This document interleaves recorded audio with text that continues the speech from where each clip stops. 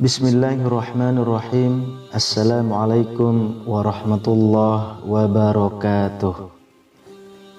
Innal hamdalillah nahmaduhu wa nasta'inuhu wa nastaghfiruh wa na'udzu billahi min syururi anfusina wa sayyiati a'malina. May yahdihillahu fala mudhillalah wa may yudlil fala hadiyalah. Asyhadu an la ilaha illallah wa asyhadu anna Muhammadan 'abduhu wa rasuluh. Allahumma salli wa sallim ala sayyidina Muhammadin wa ala alihi wa ashabihi wa man tabi'ahum bi ihsanin ila yaumiddin. Syukur alhamdulillah kita bisa berjumpa lagi di channel ini. Sholawat dan salam selalu dan tetap tercurahkan kepada junjungan kita Nabi besar Muhammad sallallahu alaihi wasallam. Allahumma salli ala sayyidina Muhammad wa ala ali sayyidina Muhammad. Harapan dan doa saya semoga saudaraku semuanya yang menonton video ini selalu diberikan kesehatan, dilapangkan rezekinya, diampuni dosa-dosanya, dan dipanjangkan umurnya. Amin ya rabbal alamin. Sahabat beriman yang dirahmati Allah, salat merupakan komunikasi batin antara hamba dengan Tuhannya. Apabila hubungan batin dengan Sang Pencipta tidak terbangun, maka bisa dikatakan salat kita menjadi kurang sempurna. Hal ini disebabkan karena urusan duniawi yang masih melekat dalam diri kita meskipun sedang mengerjakan ibadah. Dalam Quran surah Al-Baqarah ayat 45-46 sudah jelas dikatakan bahwa orang yang khusyuk adalah orang yang senantiasa yakin akan pertemuannya dengan Allah Subhanahu wa Ta'ala dan yakin bahwa kita semua akan kembali kepadanya. Apabila ayat tersebut dipahami dengan benar, maka insya Allah ketika kita mengerjakan sholat, kita akan senantiasa merasa bahwa bisa jadi itu adalah sholat terakhir semasa hidup di dunia. Akan tetapi manusia selalu ingkar akan hal tersebut dan berpikir bahwa tak akan mungkin meninggal hari ini karena umur masih muda dan tubuh pun masih terasa sehat. Sahabat beriman yang dirahmati Allah, hal sepele inilah yang terkadang menjadi salah satu penyebab sholat kita kurang khusyuk. Padahal kalau kita menyadari mampu mengerjakan sholat dengan khusyuk merupakan kenikmatan yang tiada tara. Selain menjadikan kita sadar diri akan ketidakmampuan sebagai manusia, sholat yang khusyuk akan mampu membuat diri kita terhindar dari sifat sombong, takabur, riya, dan lain sebagainya. Lalu bagaimana caranya supaya sholat kita bisa khusyuk? Sahabat beriman yang dirahmati Allah, ada beberapa cara yang perlu kita semuanya coba di saat pikiran kita kemana-mana dalam beribadah. Yang pertama adalah membangun kesadaran batin. Membangun kesadaran batin adalah hal yang perlu dilakukan pertama kali ketika kita hendak mengerjakan sholat. Dalam rukun sholat, kesadaran batin ini disebut dengan niat.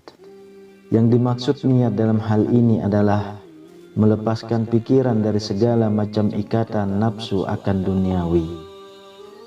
Jadi, sebaiknya urusan duniawi apapun itu sementara kita kesampingkan terlebih dahulu untuk mendapatkan kekhusyuan dalam beribadah.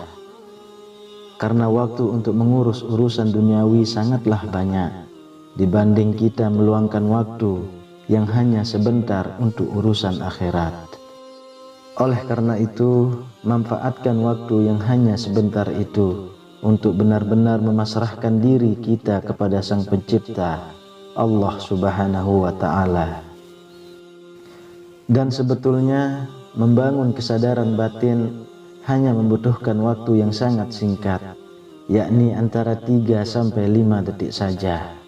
Akan tetapi efeknya bisa cukup besar dan insya Allah mampu menambah kekhusyukan kita ketika hendak mengerjakan sholat. Lalu apa kalimatnya yang harus diucapkan supaya terbentuk kesadaran diri dan bisa khusyuk dalam sholat? Cobalah kita mengucapkan kalimat ini dalam hati sebelum mengerjakan sholat. Ya Allah, inilah kesempatanku di dunia untuk berkomunikasi denganmu sebelum aku wafat. Insya Allah dengan mengucapkan kalimat tersebut, pikiran kita semuanya bisa menjadi lebih tenang. Muncul rasa bahagia karena mampu berkomunikasi dengan penciptanya, dan akan tercipta khusyuk dalam diri kita semuanya saat akan mengerjakan sholat.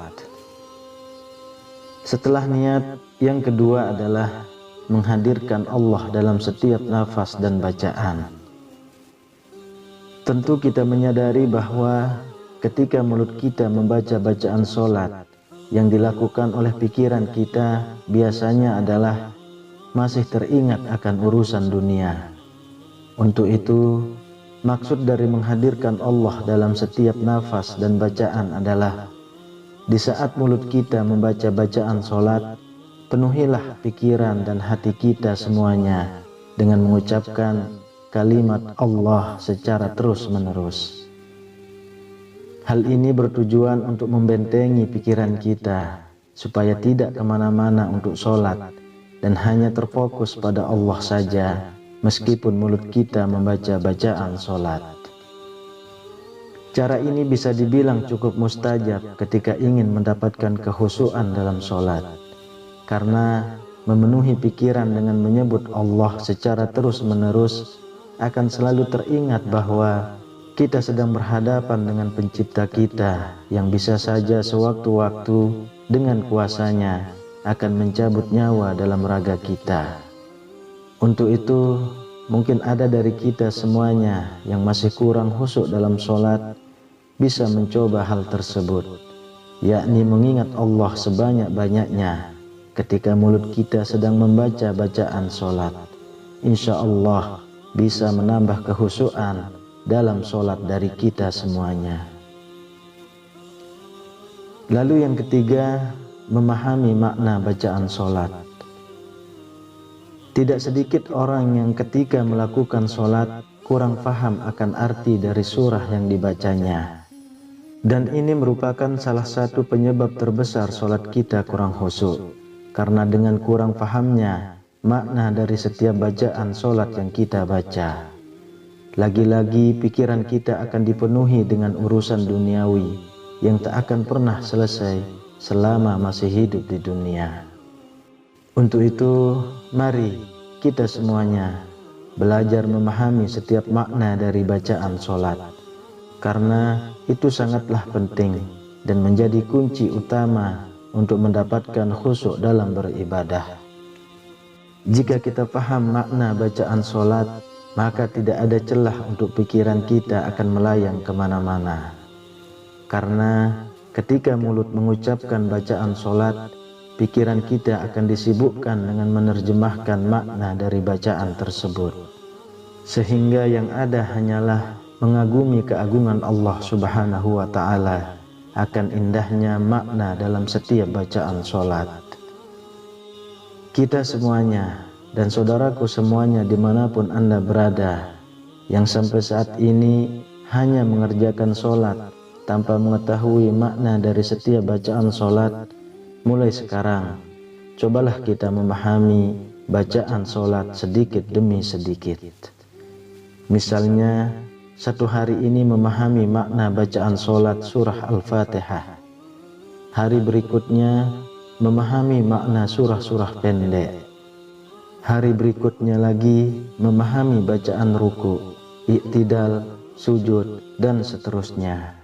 Insya Allah, jika kita mau bersungguh-sungguh ingin mendapatkan kekhusyukan dalam sholat, tidak akan sampai waktu yang lama kita semuanya sudah mampu memahami makna dari setiap bacaan sholat. Dan insya Allah, kita semuanya akan menjadi lebih khusyuk, lebih menikmati sholat tersebut, dan bahkan bisa sampai menangis karena mengetahui makna bacaan sholat yang ternyata sangat luar biasa. Kemudian yang keempat, sering membaca atau mendengarkan lantunan surah-surah Al-Quran. Hal ini mungkin tidak pernah kita sadari bahwasanya ketika kita membaca atau sekedar mendengarkan ayat-ayat Al-Quran dan memahami maknanya, akan membuat hati kita merasa sangat nyaman dan muncul ketentraman dalam hati akan keagungan Allah Subhanahu wa Ta'ala. Oleh sebab itu, sangat dianjurkan untuk membaca Al-Quran setiap hari minimal 3 ayat, atau mendengarkan surah Al-Quran sambil meresapi makna dan maksud dari ayat tersebut minimal sehari sekali. Insya Allah akan membuat sholat kita menjadi lebih khusyuk. Karena kita semua tahu keindahan dari setiap kalimat dan makna yang terkandung dalam Al-Quran mampu menyentuh hati dan melahirkan rasa cinta kita kepada Allah Subhanahu wa Ta'ala. Dan berawal dari rasa cinta inilah kita berusaha sebaik mungkin untuk khusyuk menghadap Allah Subhanahu wa Ta'ala saat mengerjakan sholat. Sahabat beriman yang dirahmati Allah, itulah beberapa hal yang perlu kita lakukan jika sholat kita belum khusyuk. Semoga kita semuanya semakin khusyuk dalam mengerjakan ibadah sholat. Dan jangan pernah kita semuanya meninggalkan sholat, karena di akhirat kelak, di saat kita menghadap Allah Subhanahu wa Ta'ala, yang pertama kali dihisab adalah tentang sholat kita. Wallahu a'lam bishawab. Semoga video ini bermanfaat untuk kita semua. Amin ya rabbal alamin. Assalamualaikum warahmatullahi wabarakatuh.